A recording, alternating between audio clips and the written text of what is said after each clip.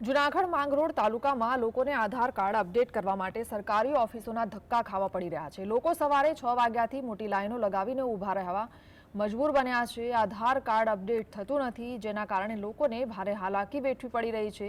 છેલ્લા ઘણા સમયથી માંગરોળ તાલુકામાં આધાર કાર્ડ માટે અપડેટ તેમજ કેવાયસી સહિત અન્ય કામગીરી માટે આધાર કાર્ડ માટે તાલુકા મથકે જવું પડે છે। ધક્કા ખાવા છતાં પણ કામ નહીં થતા લોકો નક્કર પગલાંની માંગ કરી રહ્યા છે।